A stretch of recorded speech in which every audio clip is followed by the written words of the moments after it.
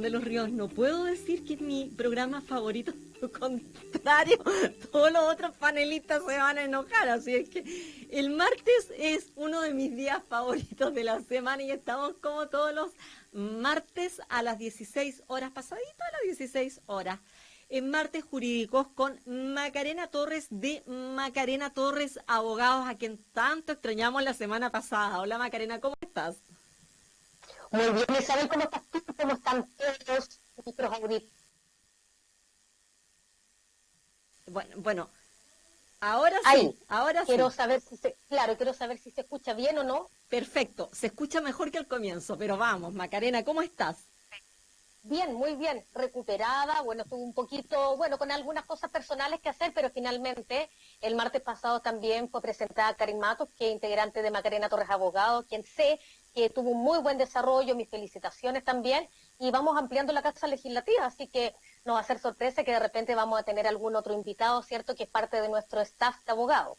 Oye, Macarena, mira, bueno, nuestro diario digital Tendencia Regional nos envía muchos saludos. El doctor Moya, que nos está viendo, también nos envía saludos. Marta Canto desde Santiago.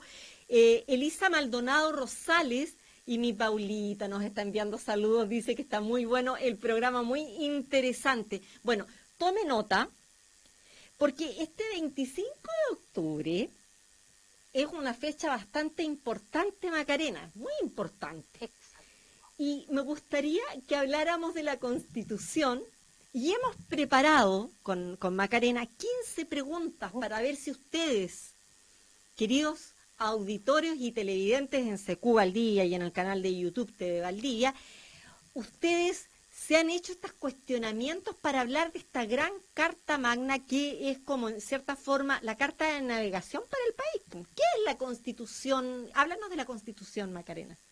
Bueno, primero, antes de hablar, claro, de definir lo que es constitución, vamos a hablar sobre que estamos en un mes muy importante porque estamos en el mes de octubre y hay un proceso de educación cívica, un proceso que en el fondo a nosotros, a todos los ciudadanos, fue arrebatado el proceso de una educación cívica, tanto escolar, ¿cierto?, a nivel básico como en enseñanza media, por lo tanto hoy día tenemos un autoproceso educativo de participación, de información. También existe desconfianza a este proceso del 25 de octubre, pero existe también una patología democrática, por lo tanto yo creo que es importantísimo dar a conocer que la Constitución es una carta fundamental y la carta fundamental lo que marca son justamente los márgenes de los reglamentos y de las atribuciones que pueda tener una nación, un país todo.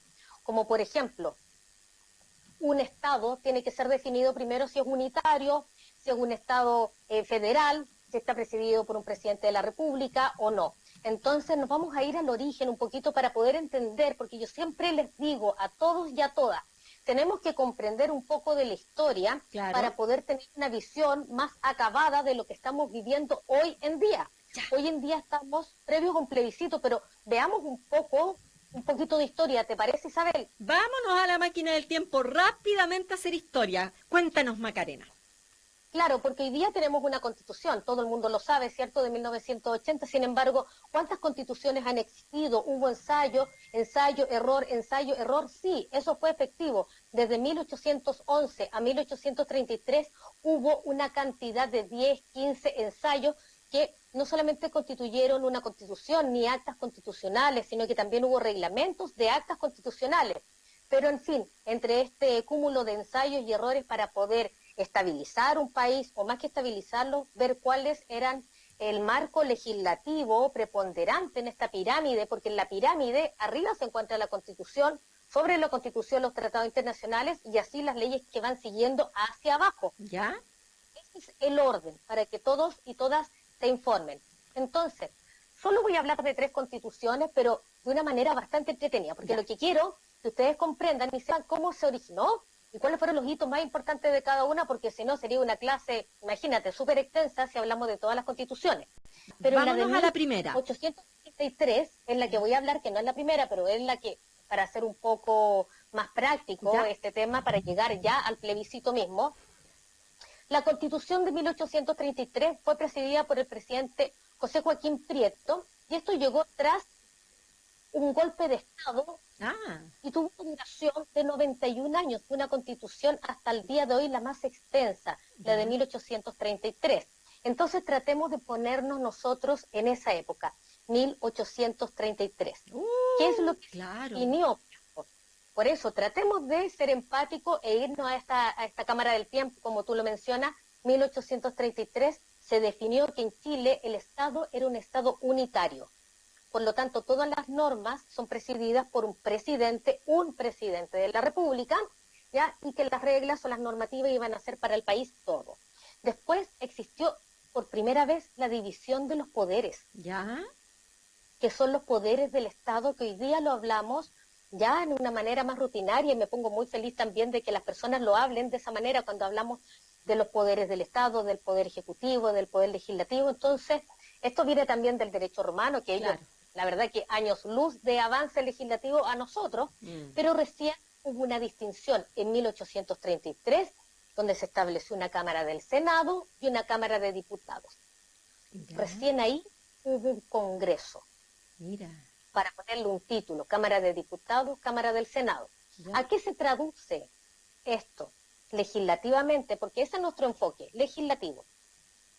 A que el pueblo o los ciudadanos van a tener el privilegio de poder sufragar, de poder votar y elegir senadores y diputados quienes los van a representar. Pero estamos hablando de 1833. Por Así lo es. tanto, ahí también habían atribuciones un poco malignas, porque el poder ejecutivo, es decir, el poder del presidente de la República, en ese entonces era mucho mayor al poder legislativo, que son las cámaras. Ya, Es perfecto. decir, una persona que era presidente tenía mayor poder que las decisiones soberanas que eventualmente podía tomar el pueblo a través del sufragio, y la religión católica en 1833 fue declarada como la religión oficial en Chile. ¿Oficial y obligatoria o no? Mira, obligatoria en forma parcial, porque Ya. era mal visto no ser católico. Ah, bueno, ya. Era mal visto. ¿Y qué? Por eso la lista de Claro. culto es tan importante. Mm. Ahora, lo que sí quería llegar, porque esto lo encontré extraordinario. Ya. De verdad que es súper bonito tener educación cívica y la oportunidad de poder darlo a conocer Sí, también. claro. Mira, si hablamos de que en 1833 recién hubo una Cámara de Diputados y una Cámara del Senado, podrás pensar, entonces todos los ciudadanos vamos a ir a votar. ¿Mm?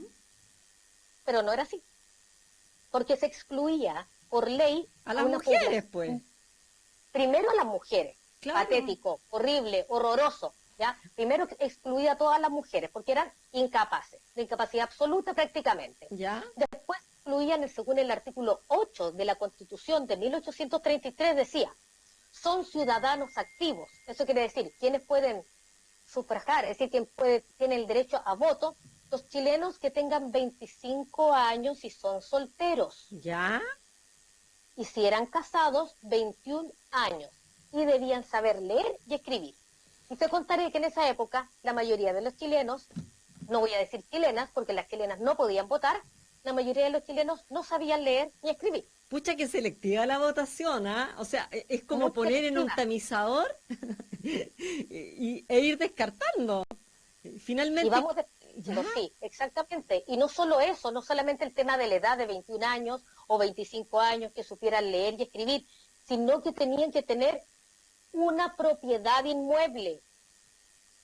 Si no tenían una propiedad inmueble, no eran mayores de 21, 25 años y no sabían leer ni escribir, y aparte no tenían un empleo remunerado o industrial, tampoco podían votar. O sea, casi nadie. Casi nadie. Por lo tanto, tú te das Claro. cuenta que desde el origen, en Chile, cuando se creó esta constitución en específico, y lo estoy hablando desde un punto de vista histórico, no desde un punto de vista politizado, sino que hubo una segmentación bastante fuerte. ¿Por qué? Porque la idea de tener legisladores, diputados y senadores eran siempre de una estirpe o de una clase social, porque no todo el mundo tenía acceso a leer y a escribir, no todo el mundo tenía acceso a tener un inmueble, una propiedad o una industria. Por lo tanto, la presidencia y quienes votaban eran todos, como podríamos decir hoy en día, de ABC1 o de una clase superior, cosa que estoy muy en desacuerdo porque todos tenemos derecho a votar. O elegidos a dedo, ya. Entonces estamos en esa, Democracia, claro, exacto. Y desde 1833 nos vamos ¿a dónde, Macarena? Nos vamos a la penúltima constitución, que es la constitución de 1925. ¿Ya? La constitución de 1925, quiero dejar en claro que no voy a hacer una comparación con lo que está ocurriendo hoy en día, Ya. pero de una u otra forma siento que hay semejanzas. Ya. Por ejemplo.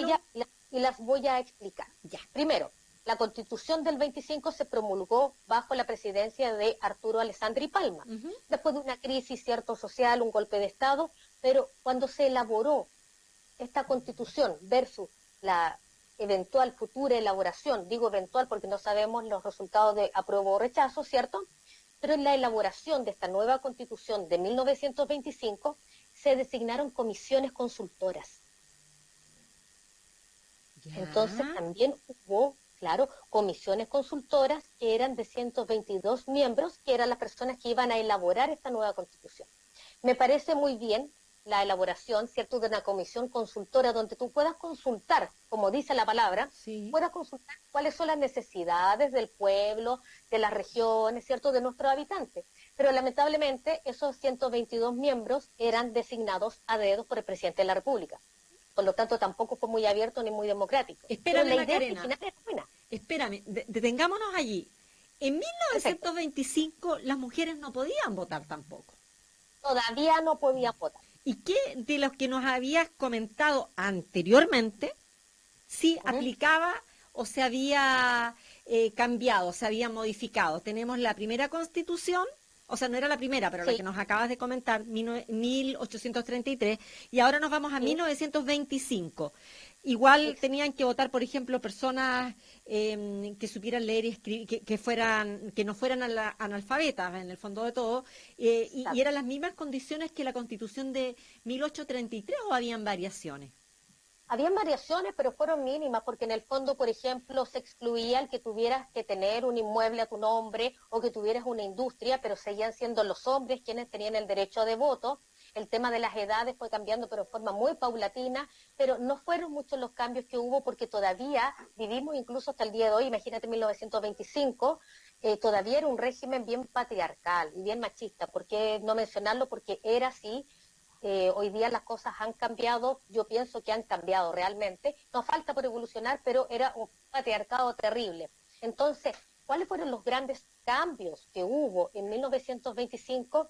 Fue que el Estado se posesionó del rol de Estado y fue fundamental para él el desarrollo cultural, político, económico, social del país Chile.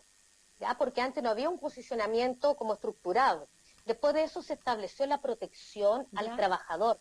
Recuerda también que en algunos de los otros capítulos, cuando hablamos un poco del inicio del derecho del trabajo, que había, antes de eso estaba la esclavitud, no existía tampoco amparo previsional. Entonces, bajo la Constitución del 25 hubo un amparo de previsión social, que fue uno de los hitos bien importantes de la Constitución de 1925. Y sobre todo, y no es que uno no tenga fe o uno no tenga algún culto o algo, alguna creencia, pero hubo la separación de los poderes del Estado y se separó a la Iglesia como poder, que me parece maravilloso. Perfecto. Esto es en 1925. Acá le estoy respondiendo a unos auditores que me están llenando de preguntas con la nueva Constitución. Después, que para allá vamos en el segundo bloque. En el segundo bloque, queridos auditores. Claro, en el segundo bloque vamos a contestar con Macarena Torres las consultas, pero primero que nada es importante que nos den un contexto cívico para que podamos conocer cómo ha ido variando, cómo ha ido cambiando el proceso de la elaboración de la Constitución. Ya, sigue Macarena. Eso es súper importante porque en Chile, en ese tiempo, en forma casi obligatoria, los chilenos todos teníamos que ser católicos. Esa es la verdad. ¿Ya? Y si no, era mal visto, lo había dicho anteriormente. Sí. Entonces acá se separó el poder de la Iglesia Católica de los poderes del Estado. Porque todo, y te lo digo que esto es un tema histórico, todo lo que decía el Poder Ejecutivo, Legislativo, tenía intervención siempre el poder canónico o el derecho canónico. ¿Ya? El poder de la Iglesia decidía sobre temas que son civiles. Entonces hubo una separación. Claro, y hasta el día de hoy, si no vamos a tocar ni abordar el tema en este momento, pero si hablamos, por ejemplo, o se habló del aborto, las 3 causales, son temas netamente legislativos que tiene que dirimir la Cámara de Diputados, la Cámara del Senado, con miembros y parlamentarios que nosotros elegimos, pero la verdad que solo como opinión puede ser válida, pero no intervenir como una decisión. ¿Por qué? Porque no solamente existe la Iglesia Católica, existen muchas otras creencias, y en 1925 se abrió la libertad de culto. Ah, mira, qué interesante, qué bueno. Pero ¿se abrió en el papel? Disculpa la frialdad para preguntar, porque yo no sé si haya libertad de culto. Estamos en el 2020. Entonces, es un tema que puedo dejar abierto, redes sociales, contéstenme, porque no lo sé. Yo tengo mis dudas al respecto. Yo también tengo mis dudas porque siempre he dicho que el papel aguanta mucho. Sí. También he dicho que existen leyes que están escritas y que es letra muerta. Agradezco sí la iniciativa del 1925 de la separación de la Iglesia Católica como poder del Estado. Sí, me parece estupendo, me parece un tremendo avance constitucional, pero la libertad de culto propiamente tal no sé si es tan respetada hoy en día 2020. Porque lo que sí que bajaron en una escalada pero vertiginosa, la cantidad de católicos versus evangélicos versus otras muchas religiones que existen. Pero la libertad propiamente tal, cuando uno expresa la libertad de la religión que profesa, todavía estamos en un sistema arcaico, casi como del 1833, donde todavía miran mal a aquellas personas que expresan su libertad de expresión y su derecho de conciencia al culto. A ver, Macarena, en relación a la Constitución de 1833, estoy haciendo una línea del tiempo imaginaria, como cuando estudiábamos, y nos vamos a 1925. Fíjate que me he dado cuenta que han habido 2 hechos históricos. Si me equivoco, me dices, no, Isabelita, entendiste mal, estás equivocada. Pero según lo que tú nos estás explicando, que golpearon la mesa para los cambios de Constitución. Y fueron de una u otra manera movilizaciones, obviamente de acuerdo a las épocas que se estaban viviendo, que obligaron a que se tomaran decisiones trascendentales para hacer los cambios de Constitución. Por eso lo mencioné y siempre cuando hablamos conversamos de manera directa y bien responsable, porque insisto que acá hay un punto de vista legislativo, pero cuando hablamos, por ejemplo, 2019, octubre, estallido social, movimientos sociales, esto no es nuevo. Claro, la historia se repite. Y cuando tú querías hacer un análisis de tres constituciones, estamos en 1925 y nos trasladamos cronológicamente ¿a dónde, Macarena? Nos vamos a trasladar a 1980. ¿Y qué pasa? Esto no es un tema desconocido porque de hecho justamente es lo que se va a dirimir el 25 de octubre, si se modifica, es decir, si se cambia en hoja en blanco la Constitución con un apruebo o se mantiene la Constitución actual con un rechazo. Entonces las personas tienen que saber, y de esto me voy a dedicar a conversar en extenso porque la pregunta legítima, y lo vamos a conversar, que se hacen varias personas, de hecho muchos clientes me lo han preguntado, por eso lo señalo, es ¿en qué me beneficia a mí el cambio de Constitución? ¿Ya? ¿Tengo que ver yo con los poderes del Estado? ¿En qué me toca a mí como familia, en mi hogar, o es un tema solamente o netamente político? Porque existe desconfianza. Entonces, yo hablaba sobre la patología de la democracia, sobre que las personas hoy en día dicen, ¿para qué voy a ir a votar si todo se va a mantener igual? Entonces existe un error, de una carencia, de una negligencia, de una pobreza de educación cívica que estamos todos y todas muy carentes. Todos tenemos que participar de cualquier elección, de cualquier movilización. ¿Por qué? Porque somos nosotros los que vamos a elegir una nueva constitución o que se mantenga, o un alcalde, o una alcaldesa, o un diputado, o una diputada. Somos nosotros quienes vamos a elegir. Entonces no nos podemos dejar llevar por un grupo pequeño, por un colectivo pequeño de personas que sí ejercen este derecho y que mucha gente murió y que hicieron movilizaciones sociales para poder tener este derecho. Cuando hablamos de la Constitución de 1980, háblanos de las diferencias que hay en paralelo a la Constitución de 1833 y a la Constitución de 1925.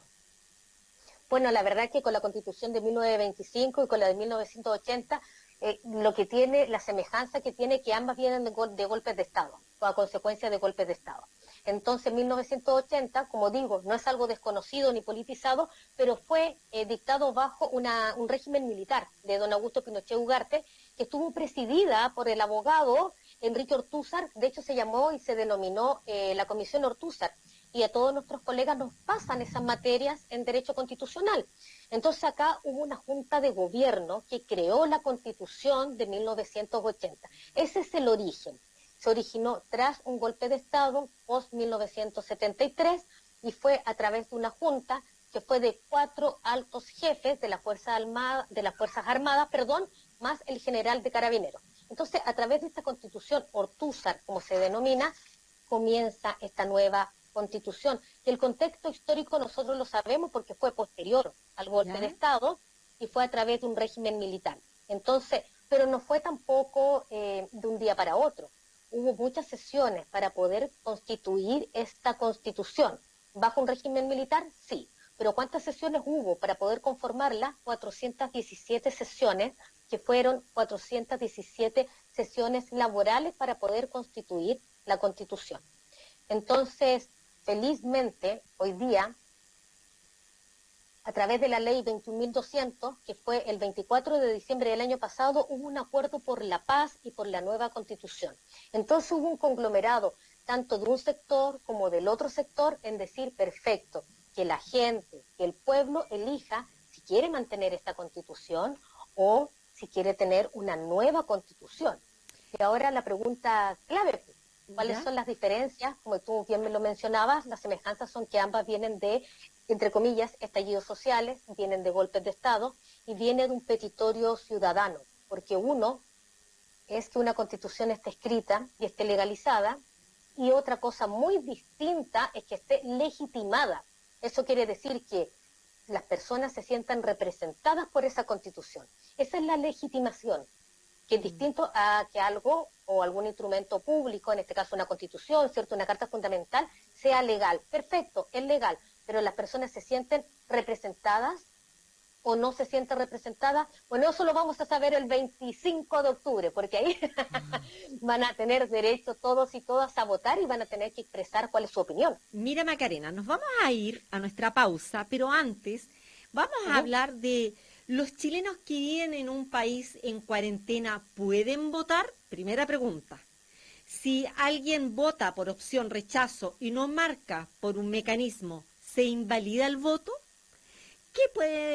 ¿Cómo pueden participar los independientes? ¿Qué ocurriría si una eventual nueva constitución no es ratificada por el plebiscito de salida? Son algunas de las dudas que surgen en medio de la campaña apruebo y rechazo.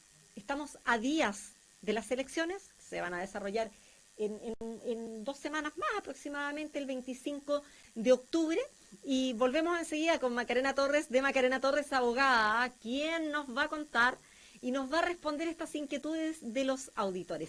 Pausa y volvemos.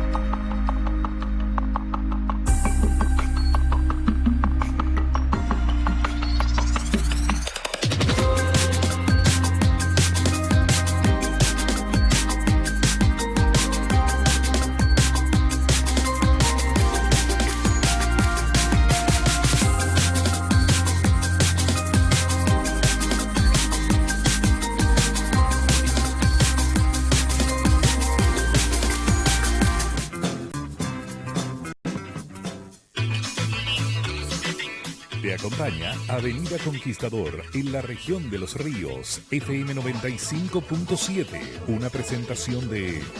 Hoy me levanté y puse la radio. Tu voz sonaba en estéreo.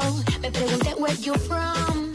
Macarena Torres Abogados, servicio de teleabogados en el teléfono celular 99541-6096. Atención de telepsicología con la psicóloga Isabel Reyes en el teléfono celular 99548-3559. Doctor Jorge Moya, para una consulta médica segura, llama al 632-29-9840. De lunes a viernes en Centro Médico Maipú. www.patagoniacoach.com te invita a hacer tu diseño web, tours virtuales 360, marketing digital, media market, posicionamiento de marca. www.hotelfrutillar.cl, reservas a info@hotelfrutillar.cl, www.deliveryvaldivia.com, www.secunsa.cl, cosmética natural, amables con el medio ambiente.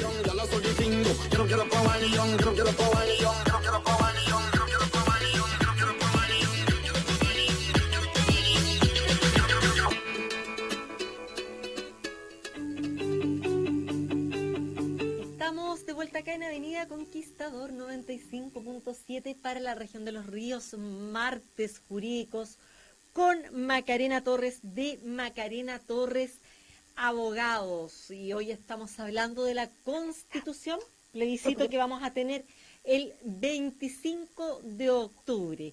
Bueno, Macarena, tenemos muchas dudas, muchas preguntas de los televidentes y de los espectadores y también de los auditores. Ahora sé que llegué al término, porque en la mañana les digo auditores a los televidentes, así es que, bueno. Y sabes tú que cuando hablamos de la Constitución, y para entrar en este tema, es importante destacar que tenemos que optar por apruebo o rechazo. Pero ¿cómo nos toca a nosotros? ¿En qué? Como decías tú, como ciudadanos, ¿cómo nos favorece el cambio de constitución? ¿Están todas las expectativas puestas en un cambio o en un rechazo?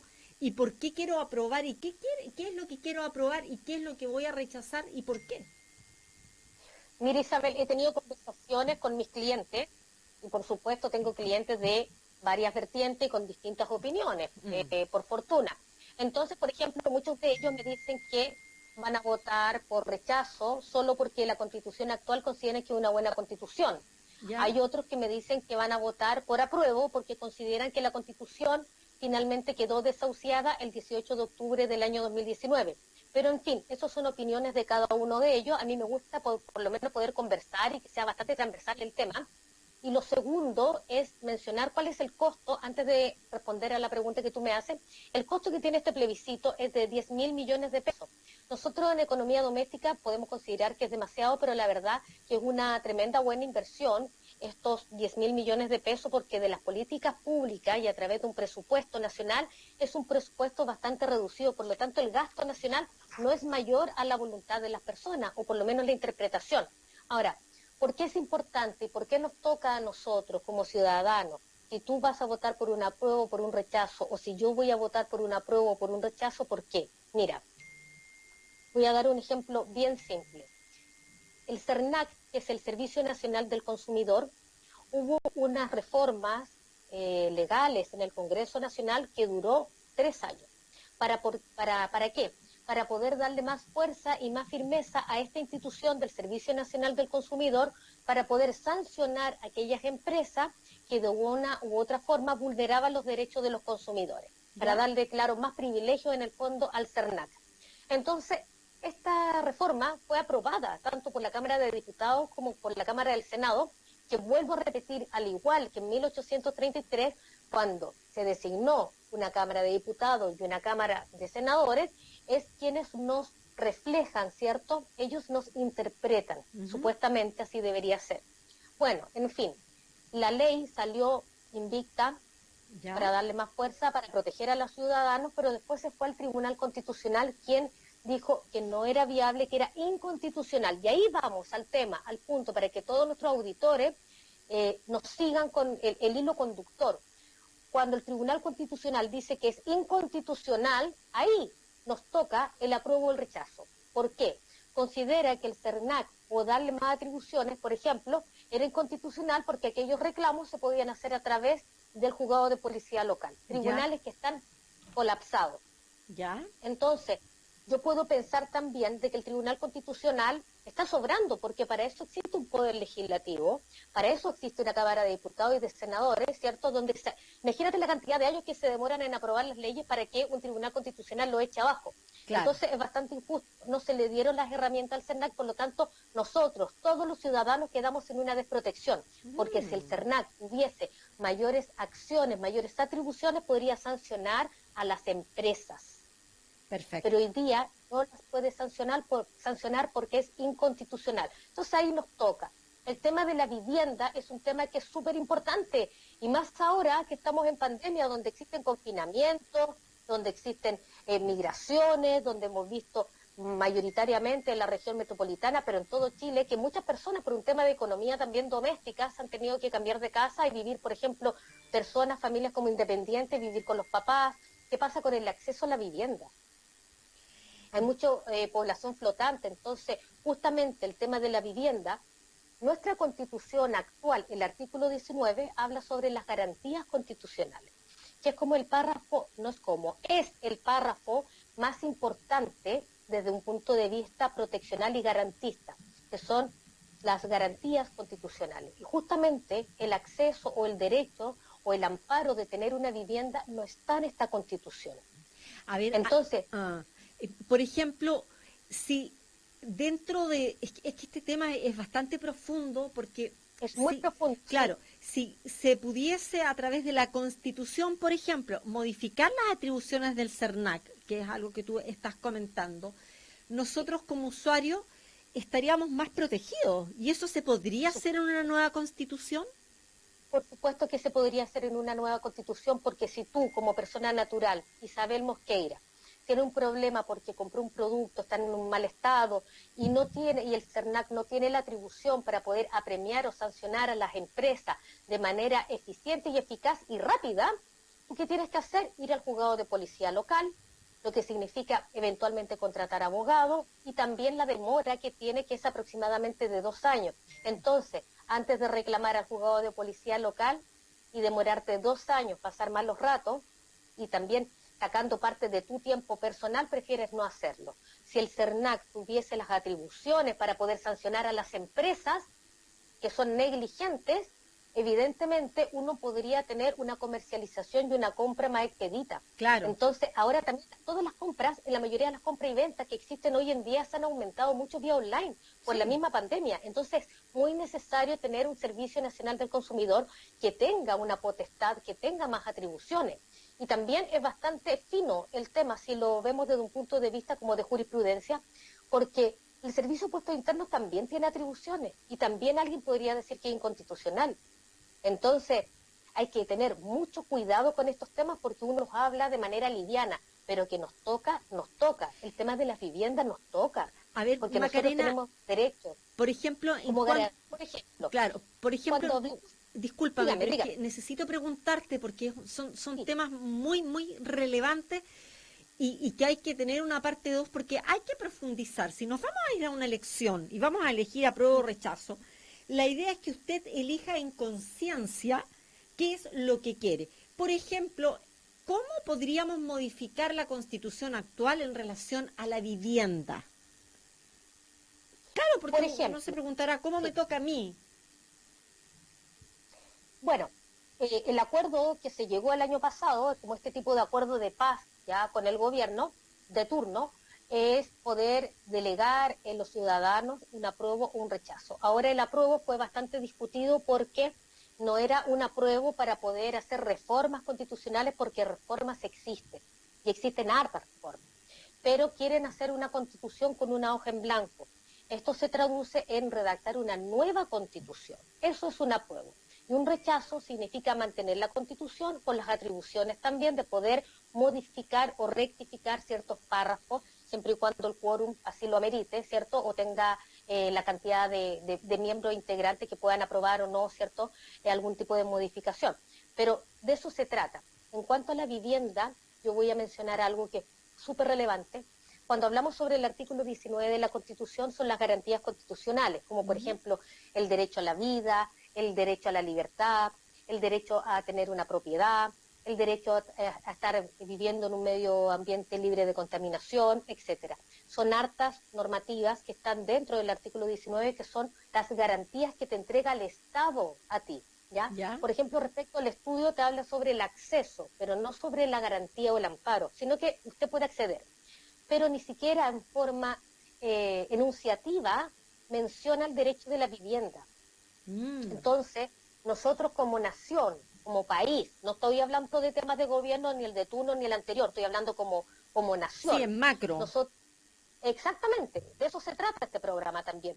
Entonces, nosotros como país hemos ratificado tratados internacionales sobre economía, sobre desarrollo económico, y esos tratados internacionales que supuestamente van sobre la Constitución, hablan sobre que las personas y los habitantes de un país tienen que tener la seguridad y la garantía de una vivienda que asegure al menos la familia y la salud de ellos. No estamos hablando de una vivienda con grandes riquezas, pero sí que tenga un espacio adecuado, calefacción según la región donde vive, pero que sea un derecho como una garantía constitucional. Y esta garantía hoy día no existe. Eso sí es uno de los temas que yo considero importante, porque se ha dado a conocer mucho en tiempos de pandemia. Perfecto. Que la gente no tiene dónde vivir, entonces hay más población flotante, más migrantes también. También existe mucha persona extranjera que ha llegado a nuestro país, claro, y que está pidiendo hacinado, y que también repercute el tema de no tener acceso a vivienda para los nacionales, más aún para los internacionales, ¿cierto? O los visitantes, o transeúntes, o población flotante, como lo quieran llamar.